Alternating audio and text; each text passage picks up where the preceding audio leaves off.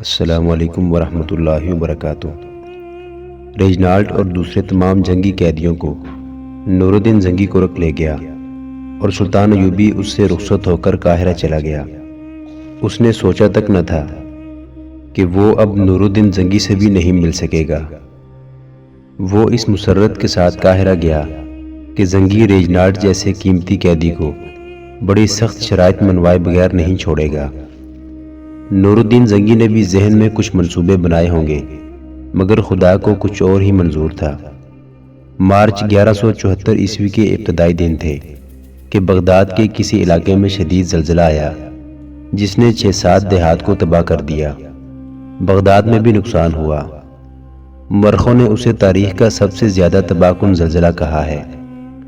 نور الدین زنگی کے دل میں اپنی عوام کے ساتھ اتنی محبت تھی کہ ان کی امداد کے احکام جاری کرنے کی بجائے خود کرک سے چل پڑا۔ وہ ان کی دستگیری اپنی نگرانی میں کرنا چاہتا تھا۔ ویسے بھی اسے کرک سے جانا تھا۔ بغداد اور ارد گرد کے حالات اچھے نہیں تھے۔ وہ کرک سے ریجنالڈ اور دوسرے صلیبی قیدیوں کو بھی ساتھ لیتا گیا۔ بغداد پہنچ کر اس نے سب سے پہلے زلزلے کا شکار ہونے والے لوگوں کی طرف توجہ دی۔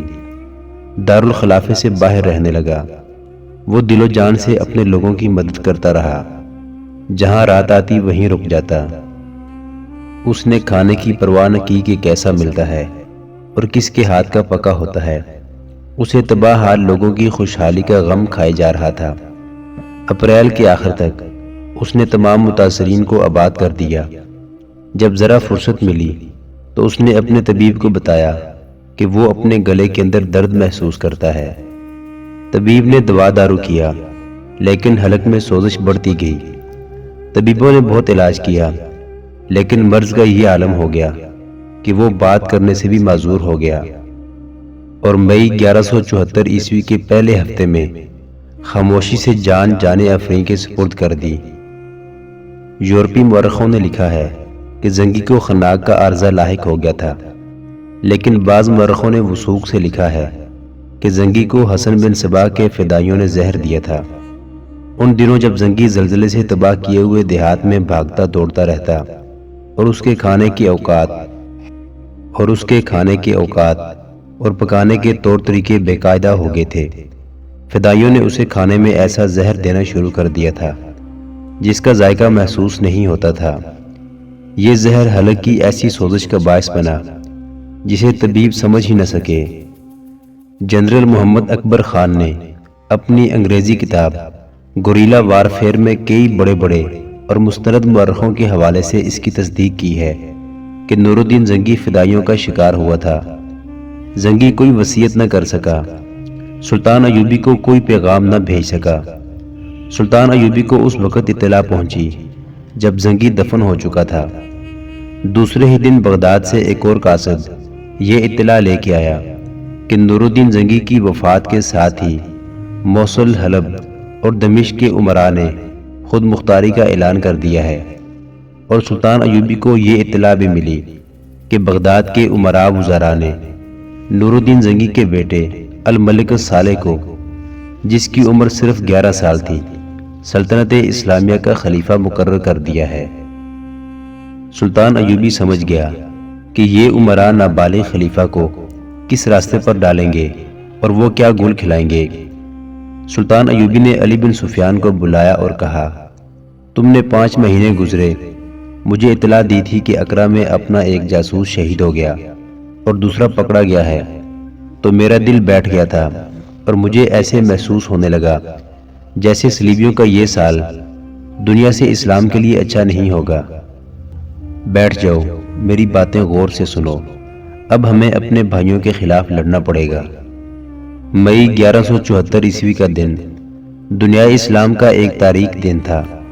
نور الدین زنگی کی میت کو ابھی غسل بھی نہیں دیا گیا تھا کہ بہت سے انسانوں کے چہرے مسرت سے چمک اٹھے تھے۔ یہ صلیبی نہیں تھے، یا یوں کہیے کہ صرف صلیبی نہیں تھے جو زنگی کے انتقال پر پرسرور تھے، ان میں مسلمان بھی تھے جو صلیبیوں کی نسبت کچھ زیادہ ہی خوش نظر آتے تھے۔ یہ مسلمان ریاستوں اور جاگیروں کے امراء اور حاکم تھے۔ وہ سب زنگی کے گھر جمع ہو گئے تھے۔ وہ جنازے کے لیے آئے تھے۔ ان میں سے بعض بے چین تھے، جیسے زنگی کے انتقال سے غمزدہ ہوں، مگر بے چینی یہ تھی کہ وہ زنگی کو شام سے پہلے پہلے دفن کر دینا چاہتے تھے۔ وہ اکٹھے تو ہو گئے تھے، لیکن ان کے دل پھٹے ہوئے تھے۔ وہ ایک دوسرے کو شکی نگاہوں سے دیکھ رہے تھے۔ ان لوگوں کا مذہب ایک، خدا ایک، رسول ایک، قرآن ایک اور دشمن ایک تھا، مگر ہر ایک کا دل دوسرے سے الگ اور جدا تھا۔ ان کی مثال ایک درخت کی ٹہنیوں کی سی تھی، جو ٹوٹ کر درخت سے الگ ہو گئی ہوں اور اب الگ الگ اپنے آپ کو ہرا بھرا رکھنے کی توقع لیے ہوئے ہوں۔ وہ دور دراصل جاگیرداری اور نوابی کا تھا۔ بعض مسلمان ریاستیں ذرا وسیع تھیں اور باقی چھوٹی چھوٹی۔ ان کے حکمران امیر کہلاتے تھے۔ یہ لوگ مرکزی خلافت کے تحت تھے۔ اسلام کے کسی بھی دشمن کے خلاف جنگ ہو تو یہ امراء خلافت کو مالی اور فوجی مدد دیتے تھے، مگر یہ مدد صرف مدد تک محدود رہتی تھی، اس میں کوئی ملی جذبہ نہیں ہوتا تھا۔ وہ امن اور سکون سے عیش و عشرت کرنے کی خاطر خلافت کا مطالبہ پورا کر دیتے تھے۔ عیش و عشرت کی خاطر وہ اپنے سب سے بڑے بلکہ واحد دشمن صلیبیوں سے در پردہ دوستی کرنے سے بھی گریز نہیں کرتے تھے۔ ان میں سے بعض نے صلیبیوں کے ساتھ در پردہ معاہدے کر رکھے تھے، لیکن نور الدین زنگی کا وجود صلیبیوں کے راستے میں ایک چٹان تھا۔ وہ مسلمان امراء کو کئی بار شرمسار کر چکا تھا اور اس نے انہیں ذہن نشین کرانے کی سر توڑ کوشش کی تھی کہ صلیبی انہیں اسلامی وحدت سے توڑ کر ہڑپ کرتے جائیں گے، مگر صلیبیوں کی مہیا کی ہوئی یورپی شراب، نوجوان لڑکیوں اور سونے کی اینٹوں میں اتنی قوت تھی جس نے ان کے کان بند اور عقل سر بمہر کر رکھی تھی۔ زنگی کی آواز جیسے پتھروں سے ٹکرا کر واپس آ جاتی تھی۔ وہ سب سے پہلے جاگیردار اور نواب تھے، امیر اور حاکم تھے، اور ان کے بعد اگر مذہب کی بات چل نکلے تو وہ اپنے آپ کو مسلمان کہتے تھے۔ ان کا اگر دین تھا تو وہ ان کی ریاستیں اور جاگیریں تھیں، یہی ان کا ایمان تھا۔ وہ اسلامی وحدت کے قائل نہیں تھے، جنگ کے سخت خلاف تھے، کیونکہ انہیں خطرہ محسوس ہونے لگتا تھا کہ صلیبی ان کی جاگیروں پر قبضہ کر لیں گے۔ ان کے علاوہ ان کے دلوں میں یہ ڈر بھی تھا کہ ان کی رعایا نے اپنے دشمن کو پہچان لیا تو اس میں روحانی بیداری اور قومی وقار پیدا ہو جائے گا، پھر رعایا ان کی نوابی کے لیے خطرہ بن جائے گی۔ حقیقت یہ تھی کہ رعایا ان کے لیے مستقل خطرہ تھی۔ لوگوں میں قومی وقار موجود تھا۔ زنگی کی فوج انہی لوگوں کی فوج تھی۔ اس کے مجاہدوں نے 10 گنا دشمن کا مقابلہ بھی کیا تھا۔ یہ جذبے کا کرشمہ تھا۔ امراء کو یہ جذبہ ایک آنکھ نہیں بھاتا تھا، لہٰذا وہ زنگی کو بھی پسند نہیں کرتے تھے، اور صلاح الدین ایوبی کو تو وہ اپنا دشمن سمجھتے تھے۔ اب زنگی فوت ہو گیا تو وہ خوش تھے۔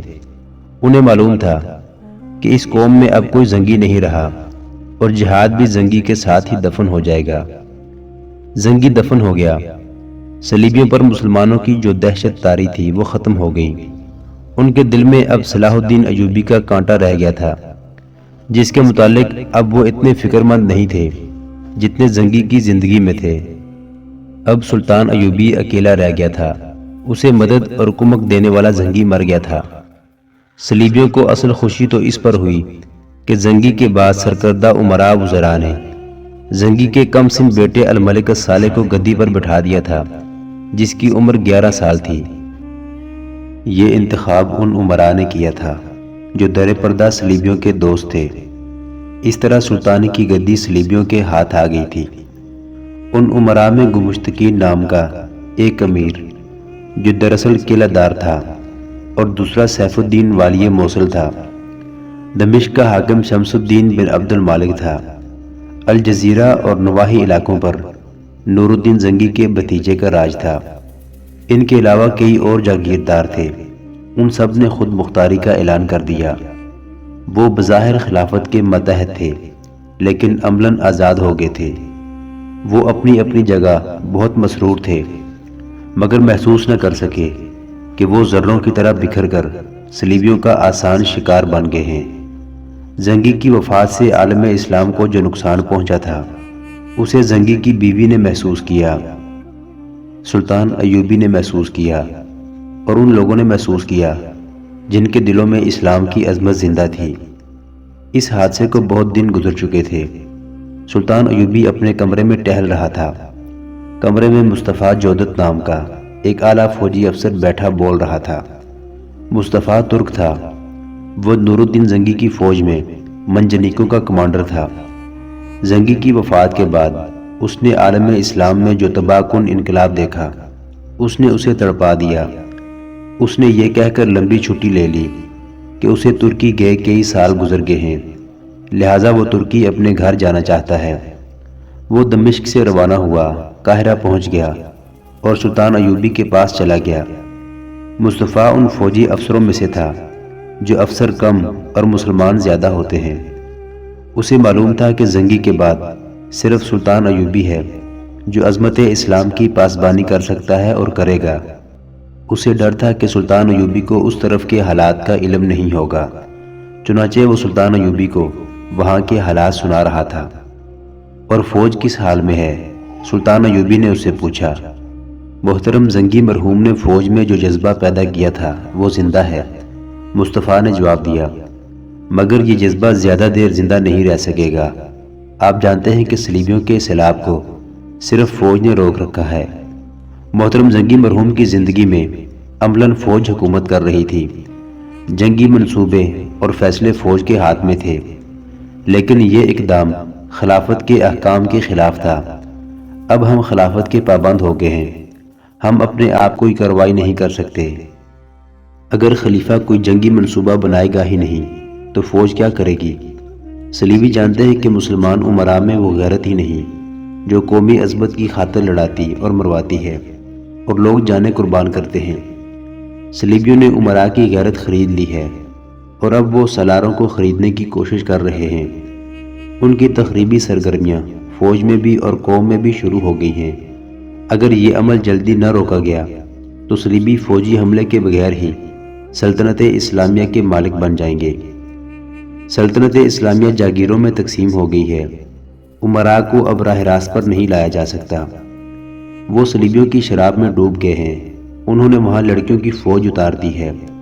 آپ سن کر حیران ہوں گے کہ یہ لڑکیاں امراء کے حرموں میں رہتی ہیں، ان کے کہنے پر جشن منائے جاتے ہیں جن میں سرکردہ فوجی افسروں کو مدعو کر کے یہ لڑکیاں انہیں بے حیائی سے اپنے جال میں پھانس رہی ہیں۔ اور اس کے بعد میں جانتا ہوں کیا ہوگا، سلطان ایوبی نے کہا۔ فوجیوں کو نشے اور بدکاری کا عادی بنایا جائے گا۔ بنایا جا رہا ہے، مصطفیٰ نے کہا۔ حشیشین بھی اپنی کارروائیوں میں مصروف ہو گئے ہیں۔ اب یوں ہوگا کہ جو سالار یا نائب سالار صلیبیوں کی دشمنی دل سے نہیں نکالے گا اور جہاد کا قائل رہے گا، اسے حشیشین کے پیشہ ور قاتلوں کے ہاتھوں پراسرار طریقے سے قتل کرا دیا جائے گا۔ مصطفیٰ نے سلطان ایوبی کو تفصیل سے بتایا کہ کون سا امیر کیا کر رہا ہے۔ اس تفصیل کا لب لباب یہ تھا کہ امراء جہاں خود مختار ہو گئے تھے، وہاں انہوں نے ایک دوسرے کو دشمن سمجھنا شروع کر دیا تھا۔ انہوں نے ایک دوسرے کے خلاف فوجی تیاریاں شروع کر دی تھی۔ صلیبی اس نفاق اور چپکلش کو ہوا دے رہے تھے۔ آپ نے اچھا کیا ہے جو مجھے وہاں کے حالات بتانے آگے ہیں، سلطان ایوبی نے کہا۔ اگر آپ نہ آتے تو مجھے ان تفصیلات کا علم نہ ہوتا۔ البتہ یہ اندازہ کرنا مشکل نہ تھا کہ 11 سال کے بچے کو سلطان بنا کر وہ لوگ کیا کرنا چاہتے ہیں۔ اور آپ کیا کرنا چاہتے ہیں؟ مصطفیٰ نے پوچھا۔ اگر آپ نے فوری کارروائی نہ کی تو سمجھ لیں کہ سلطنت اسلامیہ کا سورج ڈوب جائے گا۔ آپ کی کارروائی صرف جنگی ہونی چاہیے۔ یہ دن بھی مجھے دیکھنا تھا کہ میں بھائیوں کے خلاف جنگی کارروائی کی سوچوں گا، سلطان ایوبی نے کہا۔ میں اس سے ڈرتا ہوں کہ میرے مرنے کے بعد غدار تاریخ میں یہ نہ لکھ دیں کہ صلاح الدین ایوبی خانہ جنگی کا مجرم تھا۔ اگر آپ اس ڈر سے قاہرہ میں بیٹھے رہے تو تاریخ آپ پر یہ شرمناک الزام عائد کرے گی کہ نور الدین زنگی مر گیا تھا تو سلطان صلاح الدین ایوبی کا بھی دم نکل گیا تھا۔ اس نے مصر پر اپنی گرفت مضبوط رکھنے کے لیے سلطنت اسلامیہ کو قربان کر دیا تھا۔ ہاں، سلطان ایوبی نے کہا، یہ الزام زیادہ شرمناک ہوگا۔ میں ہر پہلو پر غور کر چکا ہوں۔ مصطفیٰ، اگر میں جہاد فی سبیل اللہ کے لیے نکلتا ہوں تو میں یہ نہیں دیکھوں گا کہ میرے گھوڑے تلے کون روندا جاتا ہے۔ میری نگاہ میں وہ کلمہ گو کفار سے بدتر ہے جو کافر کو دوست سمجھتا ہے۔ آپ واپس چلے جائیں، میں نے علی بن سفیان کو وہاں بھیج رکھا ہے، لیکن یاد رکھنا کہ وہ جاسوسوں کے بھیس میں گیا ہے۔ وہاں کسی کو معلوم نہیں ہو سکے گا کہ علی بن سفیان ان کے درمیان گھوم پھر رہا ہے اور جائزہ لے رہا ہے کہ وہاں کس قسم کی کارروائی کی ضرورت ہے۔ آپ جا کر یہ دیکھیں کہ کون کون سا سالار مشکوک ہے۔ علی بن سفیان کے ساتھ بہت سے آدمی گئے ہیں، وہ جانتے ہیں کہ انہیں وہاں کیا کرنا ہے۔ اس کے ساتھ ہی میں نے تمام امراء کی طرف اس پیغام کے ساتھ ایلچی بھیجے ہیں کہ امراء ان حالات میں جبکہ صلیبی ان کے سر پر بیٹھے ہیں ایک محاذ پر مورچہ بند ہو جائیں اور آپس کے اختلافات مٹانے کی کوشش کریں۔ مجھے امید نہیں کہ وہ پیغام کو سمجھنے کی کوشش کریں گے، لیکن میں انہیں صرف ایک بار بتا دینا چاہتا ہوں کہ سیدھا راستہ کون سا ہے۔ میں انہیں یہ نہیں بتاؤں گا کہ انہوں نے میرے کہے پر عمل نہ کیا تو میں کیا کروں گا۔ مصطفیٰ جودت کو رخصت کر کے سلطان ایوبی نے اپنے دربان کو چند ایک سالاروں اور انتظامیہ کے حکام کے نام لے کر کہا کہ انہیں جلدی سے اس کے پاس بھیجا جائے۔ یہ اس کی ہائی کمانڈ تھی جسے اس نے بلایا تھا۔ قاضی بہاؤالدین شداد جو صلاح الدین ایوبی کا دست راست اور ہمراز دوست تھا اور جو اس کی مجلس مشاورت میں اعلیٰ رتبہ اور مقام رکھتا تھا، اپنی یادداشتوں میں لکھتا ہے، صلاح الدین ایوبی کو خدا نے فولاد کے اعصاب عطا کیے تھے۔ اس نے اپنی شخصیت اور کردار کو اس قدر مضبوط بنا رکھا تھا کہ پہاڑوں جیسے صدمے ہنس کھیل کر برداشت کر لیتا تھا۔ عزم کا ضدی اور مستقل مزاج تھا۔ امیر ہو یا غلام، وہ ہر کسی کا یکساں احترام کرتا تھا۔ البتہ کسی کو دوسروں سے ممتاز سمجھتا تو صرف بہادری اور شجاعت کی بنا پر سمجھتا تھا۔ اس کے قریب رہنے والے اس سے دو طرح کا تاثر لیتے تھے، ایک رعب کا، دوسرا محبت کا۔ اس کے سپاہی جب میدان جنگ میں اسے دیکھتے تھے تو دشمن پر ٹوٹ پڑتے تھے۔ ایک بار یوں ہوا کہ ایک خادم نے دوسرے خادم پر جوتا اتار کر پھینکا۔ صلاح الدین ایوبی کمرے سے نکل رہا تھا، جوتا اسے جا لگا۔ دونوں خادم تھر تھر کانپنے لگے، لیکن صلاح الدین ایوبی نے دونوں کی طرف سے منہ پھیر لیا اور آگے نکل گیا۔ یہ کردار کی عظمت کا مظاہرہ تھا۔ دوست تو دوست، دشمن اس کے سامنے آتے تو اس کے مرید بن جاتے تھے۔ نور الدین زنگی کی موت نے سلطنت اسلامیہ کو تاریخ کے سب سے بڑے خطرے میں ڈال دیا تھا۔ اس خطرے کا سب سے زیادہ خطرناک پہلو یہ تھا کہ اپنے ہی امیر اور وزیر صلیبیوں کے دوست اور اسلام کے دشمن ہو گئے تھے۔ مصر کے اندرونی حالات ابھی پوری طرح نہیں سنبھلے تھے۔ صلاح الدین ایوبی مصر سے نہیں نکل سکتا تھا۔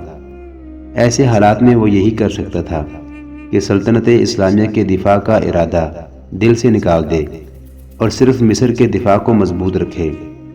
لیکن میرا دوست ذرہ بھر نہ گھبرایا۔ اس ضمن میں میرے ساتھ بات کرتے ہوئے اس نے کہا، اگر میں اسلام کی پاسبانی سے دستبردار ہو جاؤں تو روز محشر صلیبیوں کے ساتھ اٹھایا جاؤں گا۔ اسلام کی پاسبانی اور فروغ کو وہ فرمان خداوندی سمجھتا تھا۔ اس نے اپنے آپ کو کبھی حاکم یا حکمران نہیں سمجھا۔ مجھے صلاح الدین ایوبی کی نوجوانی بھی یاد ہے، جب وہ پوری طرح عیش و عشرت میں ڈوب گیا تھا۔ وہ شراب بھی پیتا اور رقص کے سرور کا دلدادہ تھا۔ موسیقی اور رقص کی باریکیوں اور گہرائیوں کو سمجھتا اور نسوانی حسن کو دل کھول کر خراج تحسین پیش کرتا اور تعیش کے لیے حسین ترین لڑکی کا انتخاب کرتا تھا۔ کبھی کسی کے وہم و گمان میں نہیں آیا تھا کہ یہ نوجوان چند ہی سال بعد اسلام کا سب سے بڑا علم بردار اور اسلام کے دشمنوں کے لیے برق اور طوفان بن جائے گا۔ اپنے چچا کے ساتھ وہ صلیبیوں کے خلاف پہلے ہی مارکے میں گیا تو اس نے سب کو حیران کر دیا، اور جب وہ اس مارکے سے واپس آیا تو اس نے پہلا کام یہ کیا کہ عیش و عشرت پر لعنت بھیجی اور اپنی زندگی اسلام کے لیے وقف کر دی۔ اس نے قوم کو اور اپنی فوج کو یہ نعرہ دیا کہ سلطنت اسلامیہ کی کوئی سرحد نہیں۔ اسے اس بدلی ہوئی کیفیت میں دیکھنے والے تسلیم نہیں کرتے تھے کہ وہ کبھی عیاش بھی ہوا کرتا تھا۔ کردار کی بلندی اور پختگی اس کو کہتے ہیں کہ اپنے نفس اور نفسانی خواہشات کو مار دیا جائے۔ یہ پختگی صلاح الدین ایوبی کے کردار میں تھی۔ دوستوں کی محفلوں میں وہ کہا کرتا تھا، مجھے کافروں نے مسلمان بنایا ہے۔ اگر ہم اپنے ان نوجوانوں کو جو مذہب سے منحرف ہو گئے ہیں کافر کی ذہنیت دکھا دیں تو وہ راہ راست پر آ جائیں گے۔ دشمن کے ساتھ انہیں پیار کے جو سبق دیے جا رہے ہیں وہ انہیں قومی وقار سے محروم کر رہے ہیں۔ میں اپنی قوم کو اپنے رسول صلی اللہ علیہ وآلہ وسلم کی یہ حدیث یاد کرانا چاہتا ہوں کہ اپنے آپ کو جان لو کہ تم کون ہو اور کیا ہو، اور اپنے دشمن کو اچھی طرح پہچان لو کہ وہ کون ہے اور کیا ہے، اور تمہارے متعلق وہ کیا ارادے رکھتا ہے۔ اس کے کردار کا رخ دشمن نہیں بدلا تھا۔ صلاح الدین ایوبی اپنے مقصد اور عزم میں اس حد تک مگن رہا کہ اس نے کبھی سوچا ہی نہ تھا کہ وہ عالم اسلام کا سب سے بڑا قائد ہے، مصر کا حاکم کل ہے، اور فن حرب و ضرب کا ایسا استاد کہ صلیبیوں کے کمانڈر متحد ہو کر بھی اس سے خائف رہتے ہیں۔ اس کی مالی حالت یہ تھی کہ وہ حج نہیں کر سکا، جہاد نے اسے مہلت نہ دی۔ آخری عمر میں اس کی یہی ایک خواہش رہ گئی تھی کہ حج پر جائے، مگر اب اس کے پاس اتنی رقم نہیں تھی۔ وہ جب فوت ہوا تو اس کی ذاتی متاع صرف 47 درہم چاندی کے اور ایک ٹکڑا سونے کا تھا۔ اس کی جائیداد صرف ایک مکان تھا جو اس کے باپ دادا کا تھا۔ یہ اس کے کردار کی پختگی کا حیران کن مظاہرہ تھا کہ اس نے جب اپنے سالاروں وغیرہ کو کانفرنس کے لیے بلایا تو اس کے چہرے پر گھبراہٹ یا پریشانی کا شائبہ تک نہ تھا۔ کانفرنس کے حاضرین پر خاموشی طاری تھی۔ انہیں یہ توقع تھی کہ سلطان ایوبی گھبرایا ہوا ہوگا، مگر اس نے مسکرا کر سب کو دیکھا اور کہا، میرے رفیقو، تم نے بڑے ہی دشوار اور پیچیدہ حالات میں میرا ساتھ دیا ہے۔ آج ایسے حالات نے ہمیں للکارا ہے جو بظاہر ہمارے قابو میں آنے والے نہیں، لیکن یاد رکھو، اگر ہم نے ان حالات پر قابو نہ پایا تو ہم سب کے لیے دنیا میں بھی رسوائی ہے اور خدا کے حضور بھی رسوائی۔ دنیا میں تاریخ ہماری قبروں پر لعنت بھیجے گی، اور روز محشر وہ شہید ہمیں شرمسار کریں گے جنہوں نے اسلام کی آبرو پر جانیں قربان کی ہیں۔ اب وقت آ گیا ہے کہ ہم سب جانیں قربان کر دیں۔ اس تمہید کے بعد اس نے اپنے اعلیٰ حکام کو ہر ایک تفصیل بتائی اور کہا کہ اب انہیں اپنے بھائیوں کے خلاف لڑنا پڑے گا۔ اس نے سب کے چہروں کا جائزہ لیا، کچھ دیر خاموش رہا۔ سب کے چہروں کے رنگ بدل گئے تھے۔ اسے اطمینان ہو گیا کہ یہ حکام ہر صورتحال میں اس کا ساتھ دیں گے۔ اس نے کہا، میرا پہلا اقدام یہ ہے کہ میں اپنی خود مختاری کا اعلان کرتا ہوں۔ میں اب مرکزی خلافت کا پابند نہیں رہنا چاہتا، لیکن میں یہ اعلان تم سب کی اجازت کے بغیر نہیں کروں گا۔ مجھے اجازت دینے یا نہ دینے سے پہلے ایک دو پہلوؤں پر غور کر لو۔ ایک یہ کہ خلافت عملاً ختم ہو چکی ہے، جیسا کہ میں نے تمہیں بتایا کہ خلیفہ 11 سال کا بچہ ہے، اس پر 3-4 امراء نے قبضہ کر رکھا ہے۔ یہ امراء صلیبیوں کے دوست ہیں، لہٰذا آپ کو یہ سمجھنے میں دیر نہیں لگنی چاہیے کہ خلافت صلیبیوں کی گود میں چلی گئی ہے۔ اب ہماری فکر خلافت کے خلاف ہے۔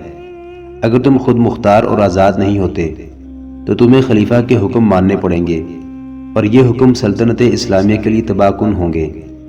کیا ان حالات میں یہ اقدام صحیح نہیں ہوگا کہ میں مصر کو خلافت سے آزاد کر دوں، اور اس کے بعد تمہارا ہر قدم ایسا آزادانہ ہو جو اسلام کی بقا کے لیے ضروری ہو؟ کیا آپ خلافت کے خلاف کارروائی کرنا چاہتے ہیں؟ ایک سالار نے پوچھا۔ میں نے ابھی فیصلہ نہیں کیا، سلطان ایوبی نے جواب دیا۔ کل پرسوں تک میرے وہ ایلچی واپس آ جائیں گے جنہیں میں نے امراء کی طرف بھیج رکھا ہے۔ اگر مجھے جنگی کارروائی کا فیصلہ کرنا پڑا تو گریز نہیں کروں گا۔ آپ مصر کو خود مختار مملکت قرار دے دیں، ایک حاکم نے کہا۔ ہم 11 سال کے بچے کو خلیفہ تسلیم نہیں کر سکتے، تو کیا تم سب مجھے سلطان مصر تسلیم کرو گے؟ صلاح الدین ایوبی نے پوچھا۔ محترم ناظرین، سلطان صلاح الدین ایوبی کی زندگی کے واقعات پر مشتمل سیریز دیکھنے کے لیے چینل کو سبسکرائب ضرور کر لیں۔ گزشتہ اقساط دیکھنے کے لیے چینل پر پلے لسٹ کا وزٹ کریں۔ ویڈیو کو لائک اور شیئر ضرور کیجیے۔ کمنٹ باکس میں اللہ اکبر ضرور ٹائپ کریں۔ اللہ آپ کا حامی و ناصر ہو۔